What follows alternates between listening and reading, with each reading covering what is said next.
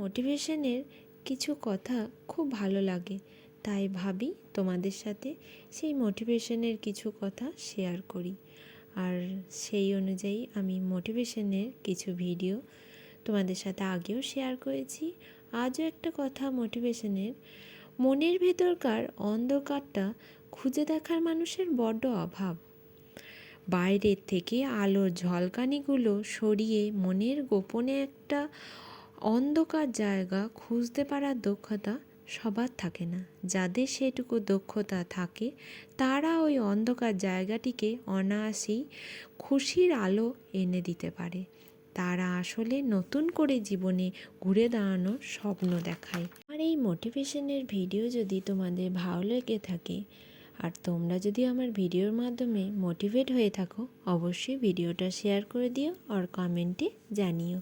আজ এ পর্যন্তই, আবার নেক্সট ভিডিওতে দেখা হবে। বাই।